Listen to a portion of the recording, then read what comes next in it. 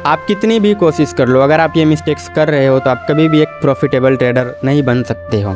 और आप कम से कम टाइम में इम्प्रूव करना चाहते हो तो आपको इन गलतियों से बचना होगा। लेकिन प्रॉब्लम ये है कि काफ़ी सारे लोगों को पता ही नहीं होता है कि वो क्या गलतियाँ कर रहे हैं, वे क्या गलतियाँ कर रहे हैं जिनकी वजह से वो आगे नहीं बढ़ पा रहे हैं। एंड काफ़ी सारा पैसा लूज़ करने के बाद, काफ़ी सारा कैपिटल गंवाने के बाद वो बोलते हैं कि ट्रेडिंग गैम्बलिंग है, ट्रेडिंग जुआ है, ट्रेडिंग से पैसे नहीं कमाए जा सकते हैं, क्योंकि उन्होंने मार्केट को नहीं, अपनी मिस्टेक्स को इग्नोर किया है। वेल, अगर आपके अंदर जेन्युइनली सीखने की चाह है और आप मानते हो कि दूसरों की गलतियाँ और एक्सपीरियंस से सीखा जा सकता है, तो स्वागत है आपका आज की इस वीडियो में। बस एक छोटी सी रिक्वेस्ट है कि वीडियो को पूरा एंड तक देखना, उसके बाद ही अपना कोई ओपिनियन शेयर करना। अगर आप उसके बाद गाली भी देना चाहो तो दे सकते हो, मैं वो भी सुनने के लिए रेडी हूँ। क्योंकि इस वीडियो में मैं कोई फेक मोटिवेशन नहीं देने वाला हूँ, मैं अपना रियल ट्रेडिंग एक्सपीरियंस शेयर करने वाला हूँ, जिन मिस्टेक्स को इम्प्रूव करके मैं धीरे धीरे एक बेटर ट्रेडर बन रहा हूँ। तो चलिए वीडियो को स्टार्ट करते हैं। सो नंबर 1 मिस्टेक है जो हर बिगनर करता ही करता है, लर्निंग अवॉइड करना। मतलब जब भी हम कोई डीमैट अकाउंट ओपन करते हैं तो हम फटाफट से एक ट्रेड लेना चाहते हैं, चाहे कोई भी हो। मैंने भी फर्स्ट टाइम ऐसा ही किया था। तो फर्स्ट टाइम जब भी कोई डीमैट अकाउंट ओपन करता है तो वो सबसे पहले एक ट्रेड का एक्सपीरियंस करना चाहता है कि ट्रेडिंग कैसा फील होता है। तो इसमें कोई बुराई नहीं है, आप करो, लेकिन बहुत ही कम क्वांटिटी से, ठीक है। और अगर उस ट्रेड में प्रॉफिट हो जाता है तो लोग सोचते हैं कि वाह मुझे तो ट्रेडिंग आ गया है। देन अगेन वो दूसरा ट्रेड लेते हैं, फिर उसमें लॉस हो गया तो उसको रिकवर करने के चलते तीसरा ट्रेड लेते हैं। तो फर्स्ट मिस्टेक यही है कि आपको एक ट्रेड तो कर लिया, कोई बात नहीं है, उसमें प्रॉफिट हो चाहे लॉस हो, आप इसको अवॉइड करो। बस आपने एक्सपीरियंस किया है, लेकिन बिना लर्निंग के ट्रेड करना नंबर 1 मिस्टेक मैं बोलूँगा जो बिगनर करता ही करता है। मैंने भी किया था, इसीलिए मैं आपको ये बोलना चाहूँगा कि पहले लर्निंग कर लो, उसके बाद ट्रेड करना। नंबर 2 मिस्टेक है जल्दी पैसा कमाने की सोच। देखो, ट्रेडिंग में पैसा कमाया जा सकता है, जल्दी भी कमाया जा सकता है, नो डाउट, मैं झूठ नहीं बोलूँगा, ठीक है ना। लेकिन उसके लिए आपको टाइम देना होगा मार्केट में। हम क्या चाहते हैं कि हम आज से ट्रेडिंग कर रहे हैं और कल से हम लखपति बन जाए या करोड़पति बन जाए, ऐसा पॉसिबल नहीं है। और ये डिपेंड करता है आपके कैपिटल पर भी, ठीक है। तो काफ़ी सारे लोग आपको दिखाते होंगे सोशल मीडिया पर कि वो जल्दी से जल्दी पैसा कमा रहे हैं, बट वो अलग लाइफ है, उसकी मैं बात नहीं कर रहा हूँ, ठीक है। उससे इन्फ्लुएंस होने की आपको ज़रूरत नहीं है। ट्रेडिंग में आप कुछ परसेंटेज निकाल सकते हो, ये भी एक बिजनेस के जैसा ही है, इसको बिजनेस के जैसा ही ट्रीट करो। एंड इसमें टाइम भी लगता है, बिजनेस में तो आपका चांसेस भी ज़्यादा है सक्सेसफुल होने के, ट्रेडिंग में उससे भी कम है, ठीक है ना। क्योंकि ये आपके डिसीजन पे डिपेंड करता है, और ये डिसीजन किस बेसिस पे लेते हो, आप अपने नॉलेज के बेसिस पे ही ये डिसीजन ले सकते हो। आपको नॉलेज ही नहीं है तो आप जल्दी पैसा कमाने की सोच भी नहीं सकते, उल्टा आप गवा दोगे। मैं तो यही बोलूँगा कि पहले सीखो, 2 से 3 साल टाइम कम से कम आपको लगेगा ट्रेडिंग सीखने में, ठीक है। मैंने वीडियो देखा था, किसी का पॉडकास्ट देखा था, मुझे बहुत ज़्यादा ख़राब लगा था। उसने क्या किया था कि 40 लाख का लॉस कर लिया था 1 ईयर के अंदर ही। मेरा उनसे एक सवाल है, उन जैसे लोगों से एक सवाल है कि अगर आप 40 लाख का लॉस कर लेते हो 1 साल के अंदर ही, तो मतलब आपने ट्रेडिंग कितने दिन में सीखा। प्रॉब्लम तो ये है कि ट्रेडिंग सीखने में ही आपको 2 से 3 साल लग जाएगा, तो आपने 1 साल के अंदर ही 40 लाख कैसे लॉस कर लिया। आपने उतना कैपिटल क्यों डाला ट्रेडिंग में बिना सीखे, क्योंकि आपको एक्चुअल में ट्रेडिंग आती ही नहीं है। मेरा ये सजेशन रहेगा कि शुरुआत में पैसे कमाने का चाह मत रखो, ठीक है। आता है वो अलग बात है, ठीक है, और कम से कम एक्सपेक्टेशन रखो। बहुत ज़्यादा ट्रेडिंग से पैसे कमाने की सोच मत रखो, ठीक है ना। तो कितना एक्सपेक्टेशन रखना चाहिए, अगर आप 1 लाख के कैपिटल से ट्रेड करते हो तो आप 8 से 10% का एक्सपेक्टेशन रख सकते हो मंथली, अगर आप एक अच्छा ट्रेडर बन जाते हो तो। और ये 8 से 10% आपका डूब भी सकता है, इससे ज़्यादा भी डूब सकता है, ये भी आपको ध्यान में रखना है। लेकिन तुरंत नहीं होगा, इसमें आपको टाइम लगेगा कम से कम 1 ईयर या 2 ईयर। अगर आप बहुत अच्छे लर्नर हो तो 1 ईयर में, 1 से 2 ईयर के अंदर।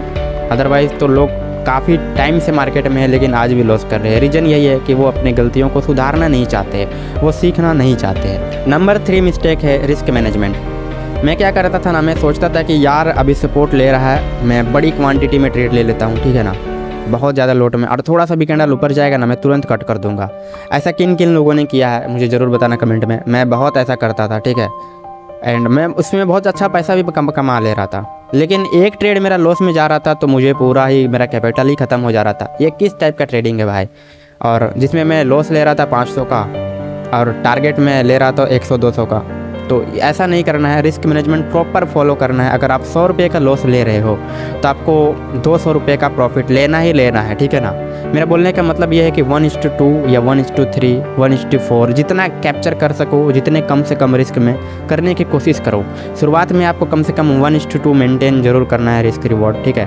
और वेट करना है आपको, ऐसा नहीं है कि आप थोड़ा सा प्रॉफिट चले तो तुरंत ट्रेड कट कर दो, लॉस हुए तो पूरा होल्ड करो, वैसा नहीं है। आपको पूरा रिस्क रिवॉर्ड मैनेज करना ही करना है, यही एक ऑप्शन है, इसको आप इग्नोर नहीं कर सकते हो। तो मेरा ये सजेशन है कि रिस्क रिवॉर्ड अच्छे से मैनेज करो। मैंने काफ़ी टाइम इसमें गवाया है, मैं इसको मैनेज ही नहीं करता था, ठीक है।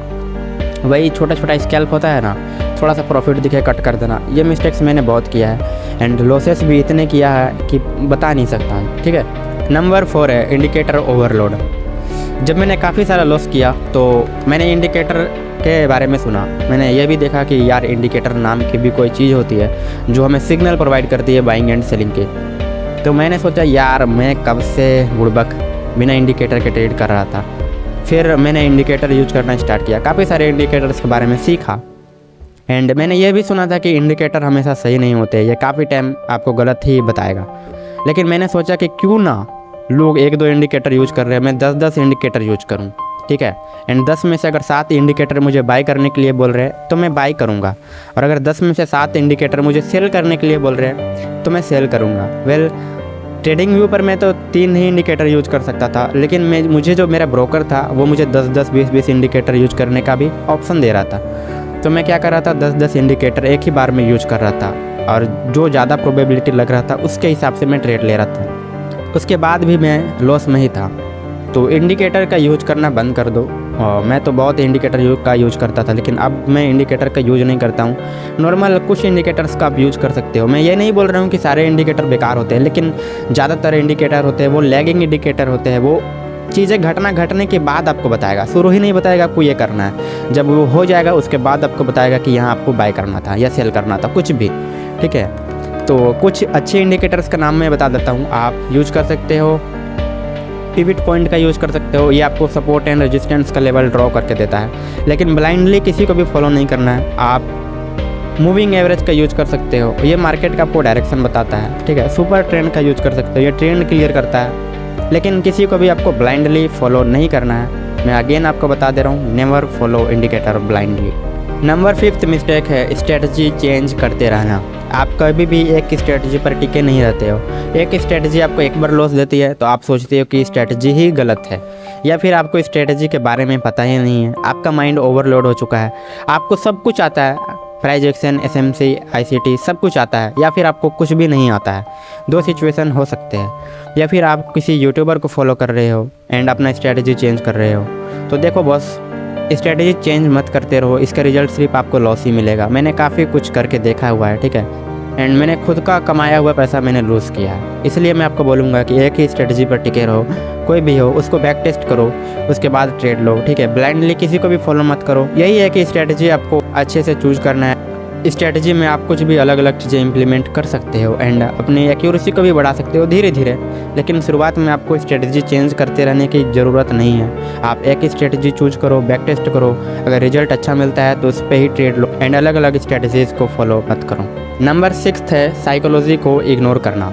फोमो में ट्रेड करना, रिवेंज ट्रेडिंग करना। फोमो का मतलब होता है फियर ऑफ मिसिंग आउट।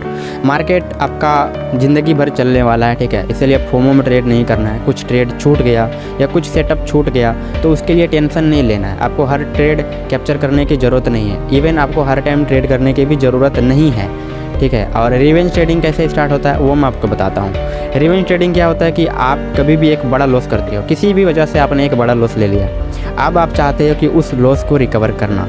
आप बस चाहते हो कि यार आज का ये जो लॉस है बस इसको मैं रिकवर कर लूँ तो आज का डे क्लोज करूँगा, लेकिन आप उस लॉस को रिकवर करने की वजह से आप पूरा कैपिटल वाइप आउट कर देते हो। आप इतना लॉस कर देते हो कि आपका पूरा कैपिटल ही ख़त्म हो जाता है।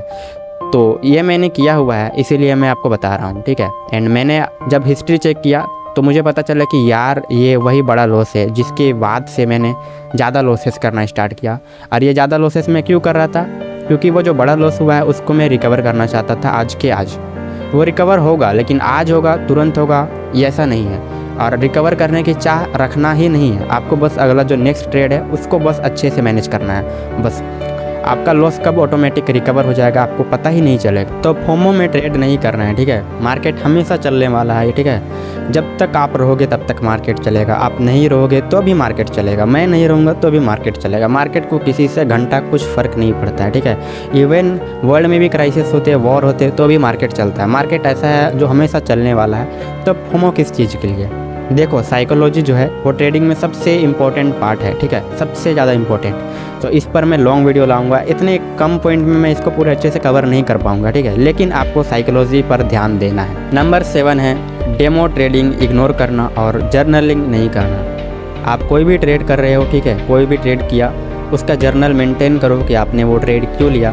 शुरुआत में लर्निंग फेज़ में आपको तो कम से कम करना ही करना है, बाद में आप नहीं भी करोगे तो कोई दिक्कत नहीं है। लेकिन अगर आप लॉन्ग टर्म में एक बहुत ही अच्छा ट्रेडर बनना चाहते हो तो मेरे ख्याल से आपको जर्नलिंग ज़रूर मेंटेन करना चाहिए। मैंने बहुत सारे बड़े बड़े ट्रेडर्स को देखा है जो बहुत अच्छे लेवल पे है लेकिन आज भी जर्नलिंग करते हैं। तो जर्नलिंग मेंटेन करो, इससे आपको पता चलेगा कि आपकी गलती क्या है। मैं सोचता था ना कि यार जितना टाइम मैं जर्नलिंग के लिए लगाऊंगा उससे ज़्यादा बेस्ट तो मेरे लिए यह रहेगा कि मैं उस टाइम को ट्रेड में लगा दूँ, मतलब मैं ज़्यादा ट्रेड कर लूँ। लेकिन ज़्यादा ट्रेड किया तो लॉस भी ज़्यादा हो गया क्योंकि मुझे पता नहीं था कि मैं गलती क्या कर रहा हूँ। और आपको अपनी गलती कैसे पता चलेगी? आपको अपनी गलती पता चलेगी आपके जर्नल से। तो जर्नल मेंटेन करो एंड डेमो ट्रेडिंग भी स्टार्ट करो। शुरुआत में ही आपको कैपिटल लगाने का ज़रूरत नहीं है। लोग बोलते हैं कि आप इमोशन से कनेक्ट नहीं होते हो डेमो ट्रेडिंग में, सच बात है। लेकिन आप कम से कम ट्रेड एग्जीक्यूट करना तो सीखोगे ना, आप ट्रेड मैनेज करना तो सीखोगे ना, आप एनालिसिस करना तो सीखोगे ना। आपको तो पता तो चलेगा, आपको थोड़ा सा कॉन्फिडेंस तो आएगा ना कि आप कर रहे हो सही से या नहीं, आप सही से कर पा रहे हो या नहीं। डेफिनेटली ये बोरिंग होगा। एंड मैं डेमो ट्रेडिंग के लिए एक सजेशन देना चाहूँगा कि आप कैपिटल को कम रखो। डेमो ट्रेडिंग में यह होता है कि आप कितना भी कैपिटल लगा सकते हो, मतलब कितना भी वर्चुअल कैपिटल होता है आप उसको यूज कर सकते हो। ऐसा नहीं करना है। आप जितने रियल पैसे से ट्रेडिंग स्टार्ट कर रहे हो, करना चाहोगे बाद में, उतना ही कैपिटल यूज करो, ठीक है। एंड उसी को आप ट्रेड करो तो वो आपको रियल वाला थोड़ा फील भी देगा। लेकिन डेमो ट्रेडिंग ज़रूर करना चाहिए, इससे आपके काफ़ी पैसे बचते हैं एंड टाइम भी बचता है। सच बोलूँ तो इमोशंस को आप बाद में हैंडल करना सीख जाओगे, लेकिन पहले एग्जीक्यूशन करना तो सीखना होगा ना। तो डेमो ट्रेडिंग जरूर करना एंड जर्नल मेंटेन जरूर करना। नंबर 8 पॉइंट है बड़े कैपिटल से ट्रेड करना शुरुआत में ही। अब मैंने क्या किया है ना, मैंने यार डेमो ट्रेडिंग भी कर लिया है, जर्नलिंग भी मेंटेन कर लिया। मुझे थोड़ा कॉन्फिडेंस हो रहा है कि यार मेरा ट्रेड अच्छा जा रहा है, मस्त रिस्क रिवॉर्ड मैनेज हो रहा है, सब कुछ अच्छा हो रहा है। अब मैं क्या करता हूँ ना, बड़े कैपिटल से ट्रेड करता हूँ। 1 लाख लगाता हूँ, 50,000 लगाता हूँ। अच्छा कैपिटल यूज करूँगा तो प्रॉफिट भी अच्छा बनेगा। सीख लिया हूँ, बहुत टाइम हो गया सीखते सीखते यार, अब तो ट्रेड करना है, अब तो पैसे कमाने हैं, यही सोच था मेरा। लेकिन मैंने शुरुआत में अच्छा कैपिटल लगाया लेकिन लूज़ कर दिया। क्या करूँ, सब यही करते हैं, मैंने भी कर दिया। मुझे लग रहा था कि यार मैं हर चीज़ अच्छे से कर सकता हूँ। मैं किसी भी फील्ड में जाता हूँ या कोई भी चीज़ करने का सोचता हूँ तो मैं जल्दी कर लेता हूँ। मोटिवेशन है मेरे अंदर, डिजायर है, अच्छा विल पावर है। लेकिन ये सब आपका ट्रेडिंग में काम नहीं आता है। ट्रेडिंग पूरा डेफिनेटली अलग है फील्ड। इसमें ना मोटिवेशन काम आता है ना आपका डिजायर काम आता है, कुछ भी काम नहीं आता है। तो शुरुआत में ही बड़ा कैपिटल यूज मत करो, बहुत कम, जितना कम कैपिटल से आप कर सकते हो, 5,000 से, 10,000 से, 8,000 से, जितना भी कम कैपिटल यूज कर सकते हो करो। जब समझ में आ जाए गेम देन आप बड़ा कैपिटल यूज कर सकते हो। लेकिन कैपिटल आपको एक बार में ही बड़ा नहीं लगाना चाहिए, ठीक है। जितना भी आपके पास सेविंग है उसका 10% यूज करो, 20% यूज करो, बहुत ज़्यादा यूज मत करो, ठीक है। एंड मैं अभी भी ट्रेड करता हूँ तो जितने मेरे पास सेविंग है उसका मैं 10 या 20% ही यूज करता हूँ। इवन अच्छे से अच्छे ट्रेडर भी अपनी पूरी सेविंग पर ट्रेड नहीं करते हैं, ठीक है। तो बड़े कैपिटल नहीं, छोटे कैपिटल से स्टार्ट करो। नंबर 9 है यूट्यूब गुरुज को ब्लाइंडली फॉलो करना, उनकी लाइव स्ट्रीम पर ट्रेड को कॉपी करना। ये मिस्टेक मैंने बहुत ज़्यादा किए हुए हैं। काफ़ी सारे लॉसेस होने के बाद मैंने ये सोचा कि यार मैं अच्छा ट्रेडर नहीं हूँ, मैं मानता हूँ, ठीक है। लेकिन जो लोग यूट्यूब पर लाइव कर रहे हैं वो तो अच्छे ट्रेडर है। आपको पता भी नहीं है कि वो जो ट्रेडर ट्रेड कर रहा है वो रियल अकाउंट है या नहीं। आपको ये भी नहीं पता है कि वो जो ट्रेडर है वो भी रियल है कि नहीं, लेकिन हम लोग फॉलो करते हैं। एंड सच बोलूँ तो इसमें जो हम लोग ट्रेड करते हैं वो हम लोग सीखने के लिए नहीं करते। जाहिर से बात, सीखने के लिए ट्रेड नहीं करते। हम लोग क्या चाहते हैं, प्रॉफिट कमाना चाहते हैं। पैसा कमाने के लिए हम लोग लाइव ट्रेडिंग में जो ट्रेड मिलते हैं उसको भी कॉपी कर लेते हैं। एंड मैं उसको कॉपी भी करता था, लेकिन पता नहीं है जो क्रिएटर को मैं देखता था वो सेम ट्रेड पर प्रॉफिट कमा रहा होता था बट मैं सेम ट्रेड पर लॉस में रहता था। तो कभी भी ब्लाइंडली किसी को फॉलो मत करो, ठीक है। मैं तो बोलूँगा कि लाइव ट्रेडिंग देखो, सीखो, ठीक है, लेकिन लाइव ट्रेडिंग में ट्रेड मत लो। ट्रेड लोगे तो अपने डिसीजन पे लो, ठीक है। एंड लाइव में मत लो, अपने अकेले ट्रेड लो, शांत माहौल में ट्रेड लो, ठीक है। आप जब लाइव स्ट्रीमिंग पर किसी के ट्रेड कॉपी करते हो तो आपका मोटिव क्या पता चलता है कि आप पैसा कमाना चाहते हो। आपका मोटिव क्लियर पता चल रहा है कि आप पैसा कमाना चाहते हो, आप सीखना नहीं चाहते हो। और जब भी आप पैसे कमाने पर ध्यान दोगे तो आप पैसे नहीं कमा पाओगे, ठीक है। जब आप लर्निंग पर ध्यान दोगे तो पैसे ऑटोमेटिकली आना शुरू हो जाएंगे। तो कभी भी किसी को भी आपको यूट्यूब पर ब्लाइंडली फॉलो नहीं करना है। मुझे भी ब्लाइंडली फॉलो मत करो, ठीक है। नंबर 10 है ट्रेड को कंप्लीट ना होने देना। आपने पहले ही डिसाइड किया आप ट्रेड लेने वाले हो, आपने एसएल डिसाइड किया, आपने टारगेट डिसाइड किया, आपने डिसाइड किया कि आप कितना एसएल लेना चाहते हो, आपने डिसाइड किया कि आप कितना टारगेट लेना चाहते हो। लेकिन जैसे ही आपको थोड़ा सा प्रॉफिट दिखता है आप ट्रेड को कट कर देते हो। आपको डर लगता है कि यार कहीं ये मेरा लॉस में ना चला जाए ट्रेड।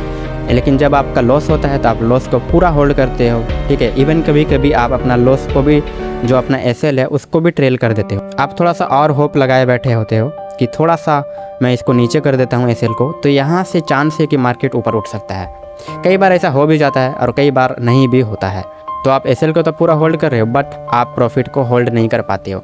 तो मैंने ऐसा सबसे ज़्यादा किया है, ठीक है। एंड मैं समझ नहीं पा रहा था कि यार मैं क्या करूँ। मुझे तो कभी ऐसा भी लगा है कि अब मुझे ट्रेडिंग नहीं करना चाहिए, क्योंकि मैं होल्ड ही नहीं कर पा रहा हूँ तो मैं कैसे प्रॉफिटेबल बन पाऊँगा। तो इसके लिए मैंने एक हैक यूज किया, ठीक है। मैंने जो भी कैपिटल लगाया अपने ट्रेडिंग अकाउंट में, मैंने ये सोच लिया कि ये कैपिटल मैं बस लर्निंग के लिए यूज कर रहा हूँ। इससे मैं 1 भी रुपया कमाने वाला नहीं हूँ, ठीक है।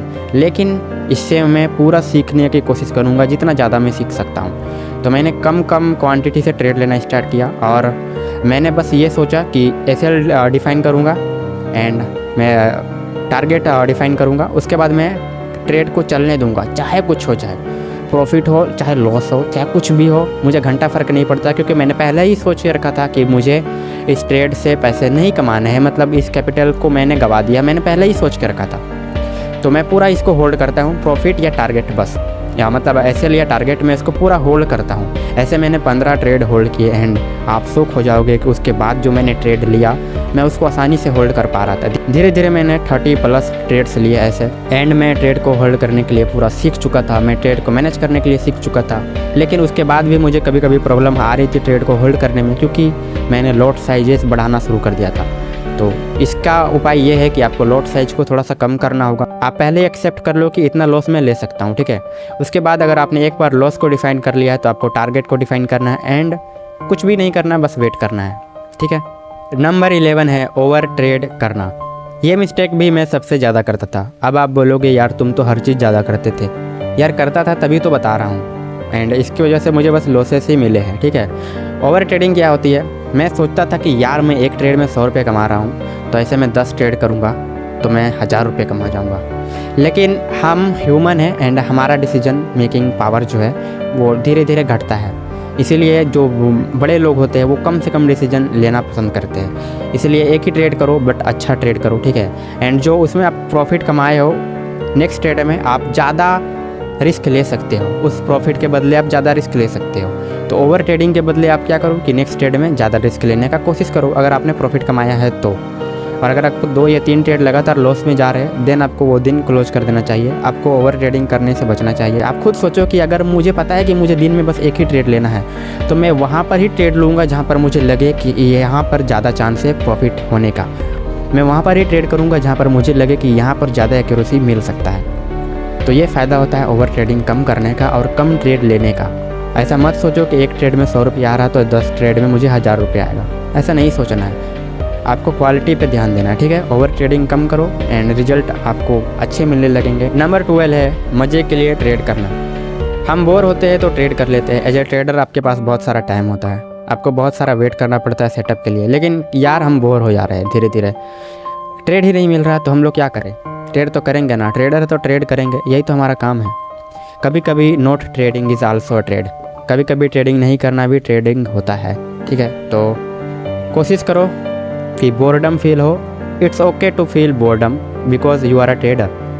तो ट्रेडिंग में बोर्डम होता है, ठीक है। अगर आपको बोर्डम फील हो रहा है that means you are a real trader, ठीक है। तो मज़े के लिए ट्रेड नहीं करना है। मज़े के लिए ट्रेड करोगे तो आपका लॉस हो जाएगा, ठीक है। संडे सैटरडे मार्केट को इग्नोर करो। संडे और सैटरडे मार्केट में मूव नहीं होता, वॉल्यूम नहीं होता। सबसे ज़्यादा साइडवेज आपको संडे एंड सैटरडे को ही मार्केट दिखेगा, ठीक है। अगर आप बिटकॉइन वगैरह क्रिप्टो में ट्रेड कर रहे हो तो आपको संडे एंड सैटरडे आप गौर करना कि सबसे ज़्यादा कम मूव होते हैं एंड आपको साइडवेज भी ज़्यादा मार्केट मिलेगा। एंड बोर्डम में ट्रेड नहीं करना है, बोर्डम हो रहा है तो आप कुछ और करो, ठीक है, ट्रेडिंग मत करो। नंबर 13 है ट्रेडिंग को फुल टाइम करियर चूज कर लेना, ठीक है।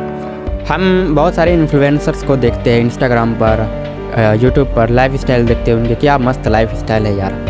हम सोच ही लेते हैं कि हम अब फुल टाइम ट्रेडर ही बनने वाले हैं, हमने इसे एज अ करियर चूज़ कर लिया। लेकिन ये सबसे बड़ी मिस्टेक होती है जो हर ट्रेडर करता है, ठीक है। लेकिन मुझे सच बोलूँ तो मैंने ये मिस्टेक नहीं किया, क्योंकि मुझे पहले से ही पता था। एंड मैंने जो स्टार्ट किया अपना जर्नी वो ट्रेडिंग से नहीं, मैंने इन्वेस्टिंग से स्टार्ट किया, ठीक है।